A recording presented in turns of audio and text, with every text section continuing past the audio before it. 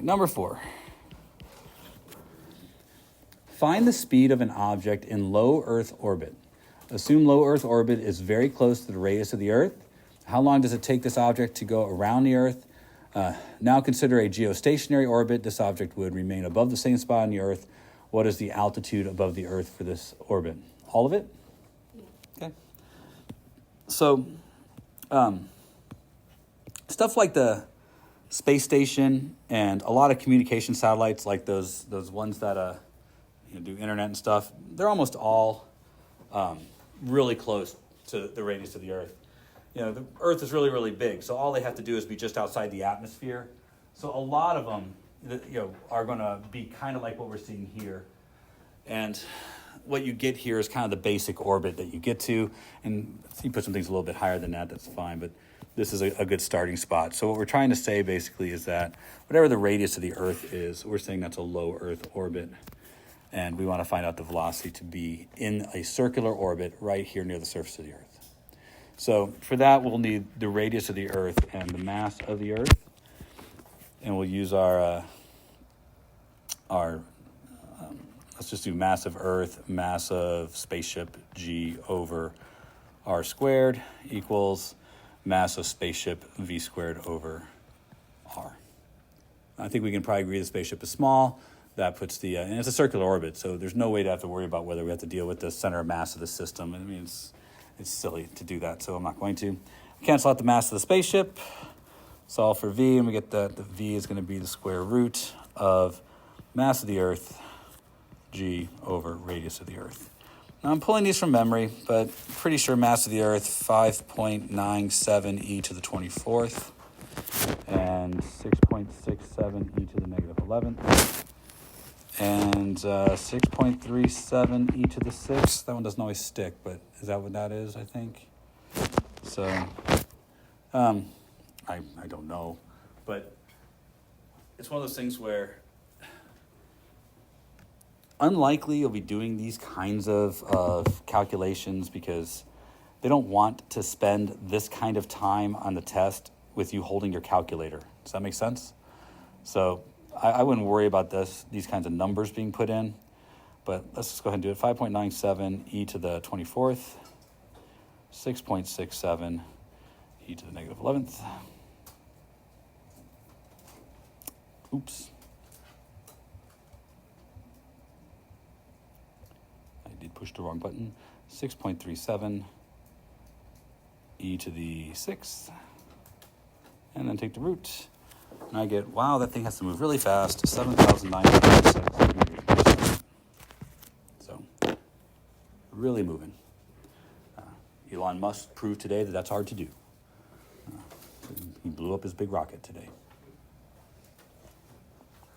The next part of this is, how long does it take this object to go around the Earth? We don't have to start from scratch on that. We can set this equal to 2 pi r over t. We're going to solve this for the period. That's how long it takes to go around the Earth. So t equals 2 pi r divided by 7906. So to 3.14.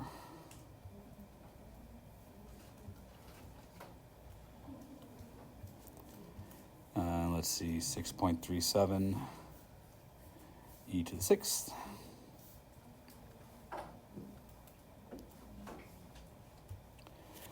I get 5,062 seconds. So let's maybe put that in something better.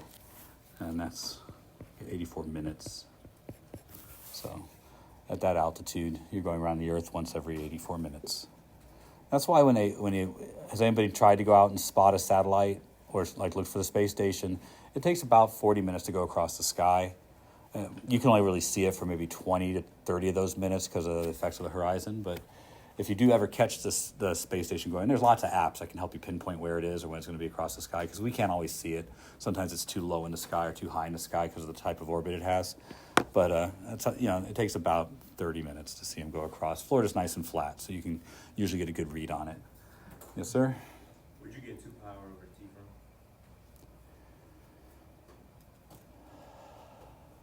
from? If it's going in a circle, I just did distance over time. 2 pi r is a circle circumference, and t is time, how long it takes to go in that circle. Did we do that when I was here? That's hard to know, Chris. I did bring it up, but I think this is also just 8th grade math of distance over time. We also talked about it back in first semester, but I don't have your absence records in front of me. I don't know why I'm such an ass sometimes. I think it comes easy. Right back at you. All right. So is that it for that part? And then we have the geostationary part. Do you guys know what geostationary means? Well, they tell you. It means it stays over the same point on the Earth all the time. You can only do that around the equator, but that's what it means. So hear me out. You guys are smart people. How long does it take to go around the Earth then? 1 day, yeah. If it's going to stay over the same point in the Earth, and the Earth takes 24 hours to go around, then it must take 24 hours to go around. That's what you're being told. You're being given the period. And the period in this case is 24 hours. So let's go with that. I did number 4. You can't use hours. You're going to have to use seconds, so you'll need to convert hours to seconds to do this problem. But this is a pretty far orbit. It's pretty far out there to be able to have a period that is 24 hours. We're still doing the same kind of thing, but remember, we have period now, and they're asking, what is the altitude above the Earth for this object? So I will remind you that we did mass of Earth, mass of satellite, g over r squared, and we set that equal to mass of satellite, v squared over r. We could work period into this because we don't know what r is.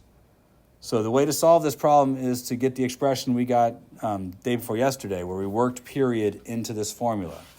So let's do that too. 2 pi r over t is our velocity. I'm going to go ahead and put that in. I can still cancel out the mass of the satellite, so I'll get MEG over r squared equals v squared is 4 pi squared r squared over t squared r. Okay, I just put all that in for v and squared it and stuff. Is that all okay? Do I need to explain any of that to you guys? I'm going to cancel out the 1r, but that's about all I can do there. I want to solve this for r. That's what they want. So I'm going to cross multiply and get MEG t squared equals 4 pi squared r cubed. Again, we're solving this for r.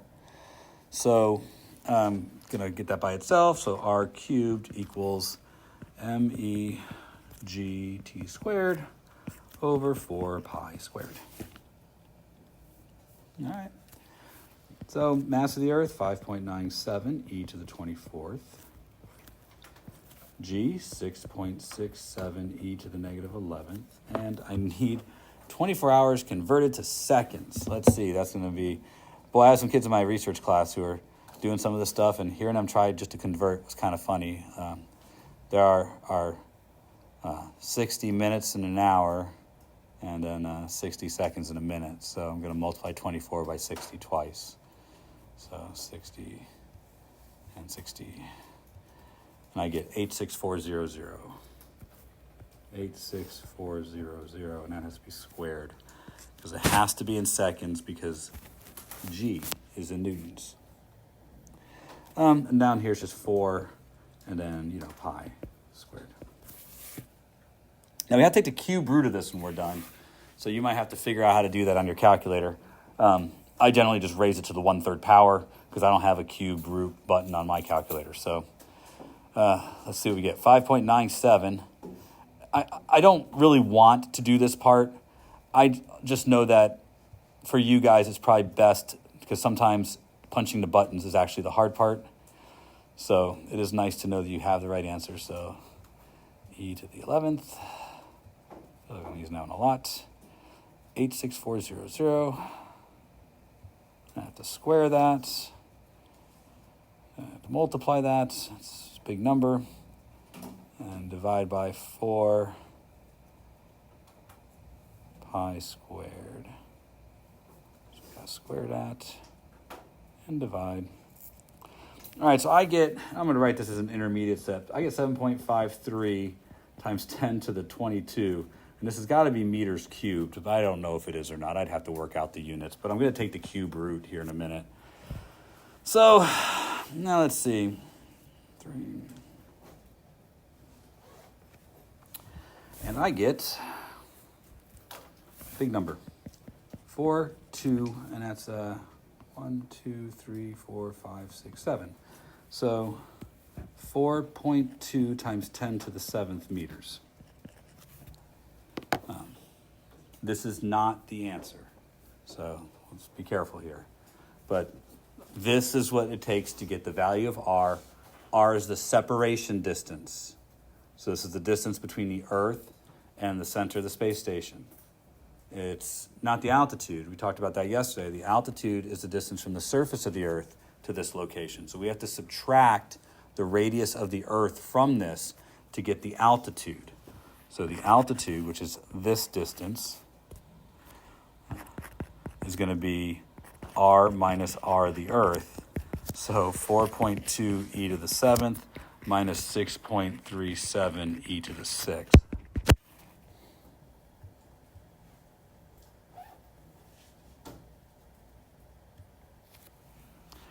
And I get 3.6 e to the 7th meters. And that's the altitude. Boy, that's a lot of button pushing and numbers.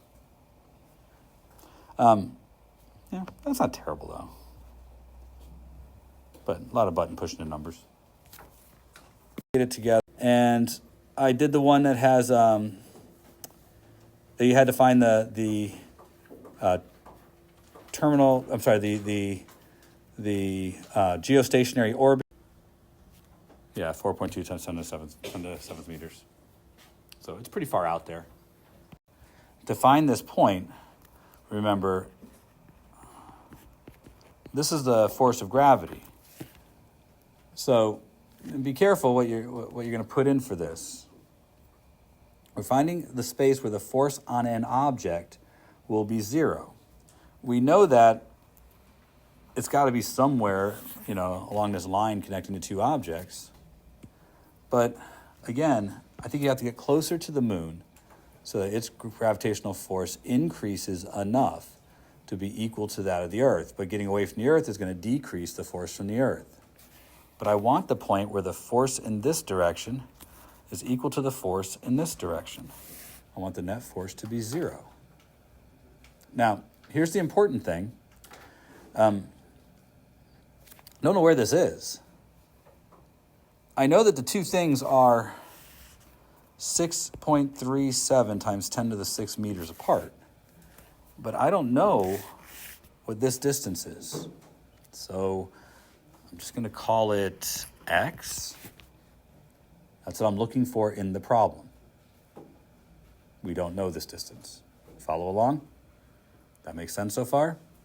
We also don't know what the object is, but I'm just going to need to put something here and call it the object. So that's what I'm going to do. I'm going to say I have an object, and its mass is MO, massive object. The force to the left is the force on the object from the Earth. So that's going to be the mass of the object, mass of Earth, g, over their separation distance squared.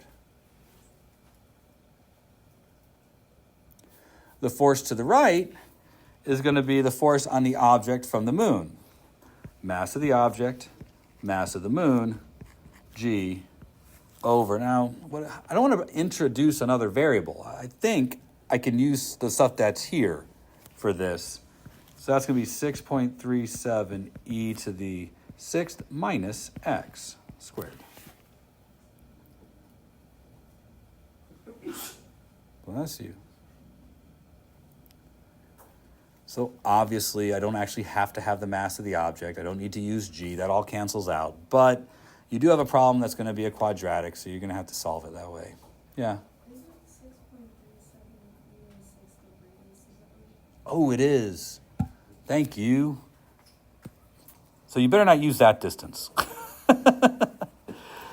So I need to look up the Earth-Moon separation distance, and that one never sticks, so I don't know what it is. 382 meters? Excellent. 382. I can't get that one in my head. I've tried, but I mean, I gotta be honest, I don't know how half these numbers stick in my head, but probably because I say them all the time every year. But sun and moon, I know the Earth-sun distance, I think that one's 147.9, maybe, I don't know. Is that enough information, or do you want me to go further with this? It's up to you.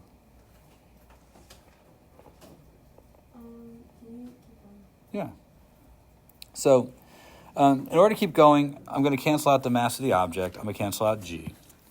And I'm just going to cross multiply, because this part is all just kind of algebra. So I'll have mass of the moon x squared equals 382 e to the sixth minus x squared times mass of the Earth. Now, at some point or another, I'm just going to get a quadratic, and I'm going to have to shove the whole thing into the quadratic formula. There's no way this is going to factor or be nice or neat or anything like that. So I'm going to, one of the first things I have to do is I have to square the number on the left, 382 e to the sixth. So 382 e to the sixth quantity squared. I'm just doing the binomial expansion, and then 2 times 382 e to the sixth times x plus x squared, and all of this times mass of the Earth, and I still have mass of the moon, x squared. So I know I should go further and finish this problem. I really don't want to, because it's, I mean, I'm going to move the m, I'm going to put it in m for both of these things, and then, but I would just do, at this point, I would just put this into my calculator and have it plot it and find out where that is. You get 2 answers, but one of them won't make sense. So, and if you don't understand why it's going to be negative. So if you get 2 positive answers, then that means there's actually 2 places that exist that do that. But you won't. You're going to get 1 positive and 1 negative. And that positive answer is the one that you want. Is that good? Yeah. Is that 3.82? I don't know. She said 380. I don't think it's 3.82 because the Earth is 6.37. So I think it's 382. What's that? You said you put it in the 6 to give so you can tell the Yeah. That way you know how big it is compared to the other things. So, all right. That's far enough? I'm not sure how particularly interesting this is. Has anybody ever heard of what a Lagrangian point is? We did the one where the force is the point between the Earth and Moon where the force of gravity is 0. So again, if they tell you the velocity is too fast, it's going to create an elliptical orbit so that it travels outside the circular pathway, placing Jupiter at a focus, and clearly going farther away from the planet on this side, and then getting back to the apogee on the other side. The next one's got to be that it's too slow. So the most common mistake on the one that's too slow is, again, the most common mistake on the one that's too slow, I have to redraw it, sorry. It's people drawing it like this. They know it's elliptical, they know it's too slow, but they make this mistake and draw it looking like this. It's wrong. It's got to be elliptical, but it's got to place Jupiter at one of the focuses. So this would work. So and if it's too slow, it's going to come in closer to Jupiter and have its apogee be as it kind of flies in close, and then it's going to slow down as it comes back to the outside. So easy to get right, but also easy to make simple mistakes. Just know that the moment it's elliptical, the object has to be at one of the focuses. Okay, thank you. And we talked about the answers to question 10 at the end. So that's what I've done already. This picture mimics the picture that's on your practice. and I was trying to kind of do this right at the very end. I want to just have a quick thought about this, and then we'll go into the homework. An object that is in orbit, and it doesn't matter whether it's a planet, if it's in an elliptical orbit. I tried to draw this kind of as a exaggerated ellipse. I don't know where the foci are or anything like that. I'm kind of guessing. You guys have had fancy math, so you know where the foci are and can find it and all, but I don't remember any of that stuff from school, so I haven't followed that in a while. But what is important is that if this object is in a stable orbit and it is elliptical, this is also true if it's circular, but talking about elliptical has more power. Circular, the velocity never changes, so the kinetic energy stays the same. The radius never changes, so the potential energy stays the same. And by definition, if the velocity is the same and the radius is the same, then its angular momentum is staying the same all the time. So being in a circle, none of that should be a surprise because it's not doing anything different. But here it's doing things that are different. Over here, its velocity is as small as it's going to be. It has the smallest velocity over here at apogee, and it has the largest velocity over here at perigee. So when it's closest, fastest, furthest away, slowest. At the same time, the reason we know that is because the force of gravity is acting along this line, which means it's not perpendicular to the object's motion here. Some of that gravity is causing the object to change direction, but some of that gravity is causing it to speed up. Its velocity is still tangent to the curve, but it's getting bigger now, right? There's just a moment, a singular moment, where the force of gravity is perpendicular, and that's there and there, at apogee and perigee. That's when the force of gravity is perpendicular to the velocity. That's an instantaneous point where there's no tangential acceleration. But everywhere else, it's accelerating. So on the way back from the furthest point out, it's speeding up. And of course, on the way out, the velocity is decreasing because this is greater than 90 degrees now. And because it's greater than 90 degrees, there's a component of that force of gravity that is slowing the object down. And I've been using blue for velocity, and why did I switch to green? I don't know. There. So the whole idea here is that the gravity is kind of changing all the time. But at every one of these points, the gravitational potential energy and kinetic energy stays the same. At every one of these points. So you could equate them. Now, that is probably the most bulletproof way to figure out one velocity if you know another velocity. So if we know this distance, the radius of the perigee, and you know the mass of this thing in the middle, the mass of this thing, you could probably work out a lot of information. You need the velocity too, because that would give you m1 m2 g over r, and it's negative, plus 1/2 m1 v squared. That's the total energy. And you could set that equal to another point elsewhere. So if you want to know how fast it's going here, well, that'd be a way to do it. Right? You would need to know how far away it is there. The only problem with that is that's pretty cumbersome. Right? You guys can see that it's pretty cumbersome. It's a lot to have to put in there and solve and all that. But it also works out that the angular momentum doesn't change. So if you consider the angular momentum to be r times mv times the sine of the angle. I'm putting it all in there. This r is the distance from whatever's being orbited. And this mass is the thing that is orbiting. And this is the tangential velocity. But be careful.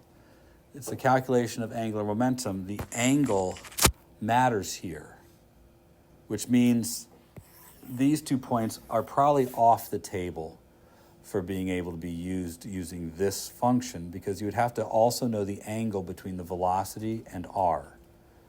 But these 2 points, certainly you could do, because the angle is 90 degrees. So you'd have the angular momentum here being the distance to apogee m v at apogee, and over here, this would be r at perigee times the mass times the velocity at perigee. Those two have to be equal. If all you care about are those 2 points, then it's pretty easy to find the velocity at a different point if you know how far away it is. But you still have to know it at one of the points. And you could do it at the other two or any other place here, but you'd have to know the angle of the velocity relative to r. And I think they don't generally do that. That's why if you notice even in the problem, that's really all I wanted to share about it. So I've done several homework questions already. I know a lot of them are pretty mathy, a lot of button pushing, but I am happy to answer any question you guys wish to ask on the homework. Go ahead. Are you saying that's what you've done already in other classes or in our class? That's what I did in 6th period. Those are the questions I answered in 6th period. Number 5 then. Which is the one where it flips Sure. zero. Does make, yeah. I'm going to set it up. I'm not going to get to the answer. You'll understand why in a minute. So this is not a Lagrangian point. Has anybody ever heard of a Lagrangian point? Okay, this is not one of them. It can get you a start to what Lagrangian points are like, but this is not a Lagrangian point. So I'm asking about the point that is between the Earth and Moon, where the net force on a spacecraft would be 0. So the thing to consider is you need to know, of course, probably the mass of the Earth. Probably going to need the mass of the Moon. But the point at where this net force is 0 is when the force on an object is balanced. So as you get further away from the Earth, the force of gravity from the Earth gets smaller. And as you approach the Moon, the force of gravity from the Moon gets bigger. So this is the force of gravity from the Moon, and it has to be equal to the force of gravity from the Earth. And we want to find out where this is, and we want to do so relative to the Earth. So we're looking for this distance, which I'm going to call x. Fair enough? Any question about this? All right, pretty easy start. Force of gravity, m1, m2, g over r squared. It's an attractive force. So I'm going to put an object there, and I'm going to say the object has mass mo, mass of object. So let's start from the force from the Earth. I'll need the mass of the Earth, mass of the object, g, over, that's going to be x squared. All right, so now force of gravity from the Moon. Yes, ma'am. Just little g times the mass. Can I just use little g here? Yep, instead of that. Perfect. No. Because if you do F equals M1. Well, the reason you can't do it is because we don't know what the size of that force is going to be. G assumes a constant acceleration, and the acceleration is a constant. But believe it or not, this g is going to cancel out anyways for this problem, so you're not even going to need to use this g. But no, we couldn't use mg for that. This side, mass of the Moon, mass of the object, g, over. Now, you do need to have something to put here. And introducing a new variable is probably a bad idea because then you have two variables in one function. But we do have the known Earth-Moon distance, 6.37 e to the 6th meters. So I'm just going to use REM to be distance between the Earth and Moon.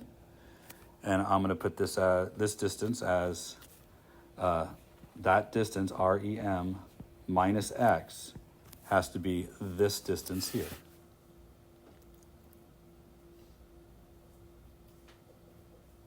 Now, I hope you all see that it doesn't matter what object we're talking about, it cancels out. It doesn't matter what g is, of course, because it's going to cancel out. We're left with a ratio problem with a quadratic in it, though. So I'm going to end my discussion about this right about here. You have to solve this for x, and that just becomes an algebra problem with a lot of numbers. There's no way around the fact that this is never going to factor, obviously. We're going to be using numbers like 5.97 times e to the 24th, and whatever the mass of the Moon is, and this is not 6.37. I'm sorry. that's the radius of the Earth. I keep doing that. I've done it twice today. It's 382 times 10 to the 6th. That number doesn't stick for some reason, so. 382 or 3.82? 382. It's not going to be smaller than the radius of the Earth. The reason it's times 10 to the 6th is so you can compare it with the size of the Earth. That's the only way I'm able to memorize it in any reasonable way, is by knowing that the Earth's radius is 6.3 times 10 to the 6, or 6 times 3 times 10 to the 6, like that. Anyways, it's so you can compare them. By putting them all in the same order of magnitude, it makes relative comparisons a lot easier. All right. A Lagrangian point could be like, there's a place like right here. That's a Lagrangian point. The unbalanced force on the object would be towards the Earth, and you would find a place where that unbalanced force would cause just the right amount of centripetal acceleration so that it would stay here in a circle as these two things circle around each other. There are a variety of Lagrangian points around the Earth, 4 of them actually, around the Earth-Moon system, where you can place a satellite at that Lagrangian point and it will stay there relative to the other objects. So it would stay in this place between the Earth and Moon, stuff like that. Yes? So when I did it with the little g, it got an answer that's extremely close to what's on Google. Is that just like a coincidence? Or? Yeah. Okay. Yeah. I mean, obviously capital G cancels out here for clearly. But yeah, what you're having there is, and there are going to be problems like that where it is coincidental. I'd like to look at what you did, but I wouldn't advise doing it that way. I actually had exactly that. I just introduced a new variable instead of doing that, and that's where I got confused. Yeah, once you put a y here, 2 variables, 1 equation, you're screwed. All right, next. Yep. Can you do the geostation for 4? Yep. A geostationary orbit. Now, I would encourage you especially to look at 9 and 10 as they are lifted from the AP exam. So geostationary means that it stays on above the same point on the Earth all the time. It's pretty far away from the Earth, the geostationary orbit. If you're going to stay above the same point on the Earth all the time, how long does it take you to orbit the Earth? 24 hours. That's right. So a geostationary orbit has a period of 24 hours, which of course, for this problem, you'll need to find in seconds because capital G is in seconds. Now, to do this problem, we are going to need to relate the orbital distance, r, with the period. We've done this in class, but I'm going to do it real fast anyways because it's a good derivation and it's actually how to do part of your question number 10. The difference is that in 10 they solve for the period, but we have the period. So I'm going to solve for the orbital distance, r. We're going to start with the idea that net force equals MAC. So that's going to give us mass of Earth, mass of satellite, G, over r squared. I think we can assume that the center of mass of the system is at the center of the Earth. Satellite's pretty small. I'm going to set this equal to ms, mass of the satellite, that's what's orbiting, times v squared over r, because it's in circular motion, so I have to use the centripetal acceleration for it. Now, in order to introduce period, I want to remind you that velocity equals distance over time. For a circle, that would be the circumference divided by the period. So, mass of satellite times 4 pi squared r squared over t squared r.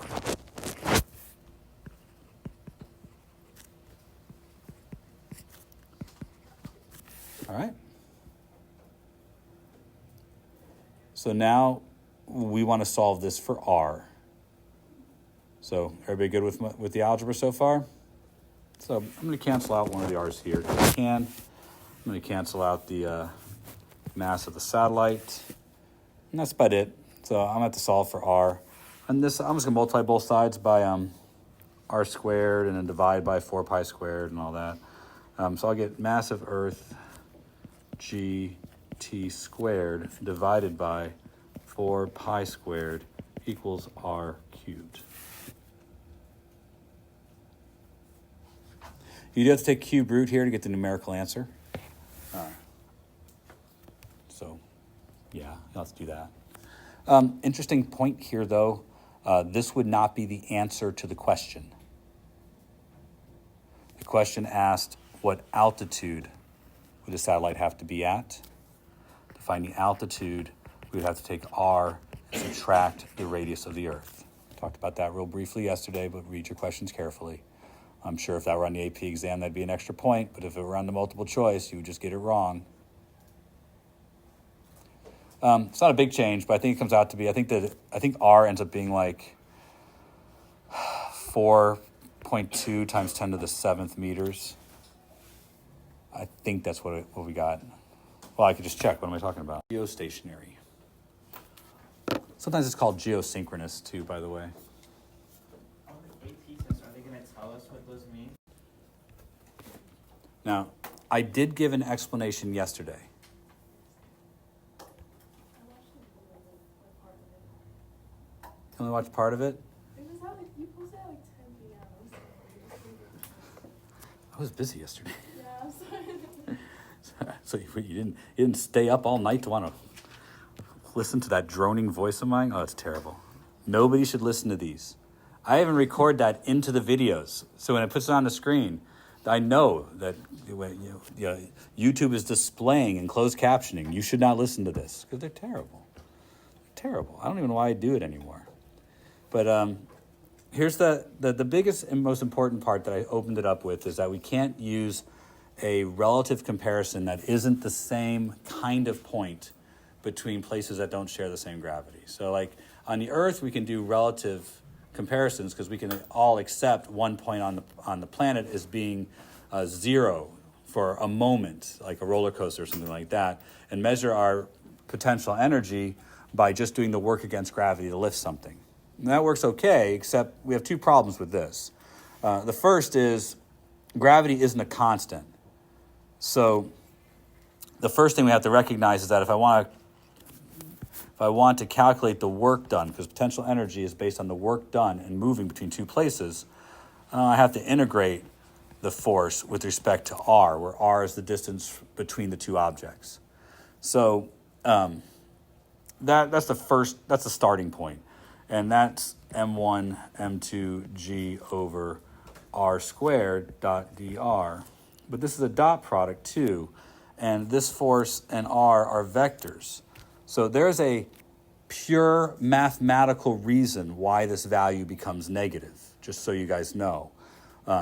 I tend to not explain it like this because most of you are not in calculus, and therefore that explanation really is difficult. But the thing you have to understand is that r is measured from here to here, but the object's being brought from infinity to the planet. So when we talk about the direction of the force that we're working against, we get a cosine that's negative. Similar to when we talked about lifting things up. I'm sorry, I said all of that backwards. But I said all of that backwards. So I'm sorry. Let me say all of this correctly so I don't screw it up.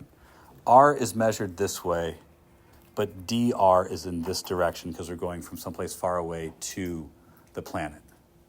And the force is in this direction, so the cosine is 0. But when we take our integral, we have an r squared in the denominator. The integral produces a negative when you go to get the work done. Now, there's more to it, and I'm not going to do all the math because I don't want to, and it's unnecessary. We are going to accept the idea that in order to compare gravitational potential energy, say here, with the gravitational potential energy on another distant place far away, we can't assume that the force of gravity is similar in those two places. To make a relative comparison for gravity and use that for a measurement of energy, we pick a place that both of these have in common. Now, you could try and find a place between them where, say, the force is 0, but then that's not common to maybe a third place. So instead, We pick a place that's common to both and can be used for anything, and we pick a place so far away that there's no interaction between the objects and the force of gravity acting on them is zero. So we pick we say we are going to start from a standpoint of being at infinity, and then since the force of gravity is zero there, we'll see how much work it takes to go from infinity to someplace close to the planet. That produces, through all the math, a negative sign. And it is a conscious choice to have our gravitational potential energy be negative, with the idea being that if you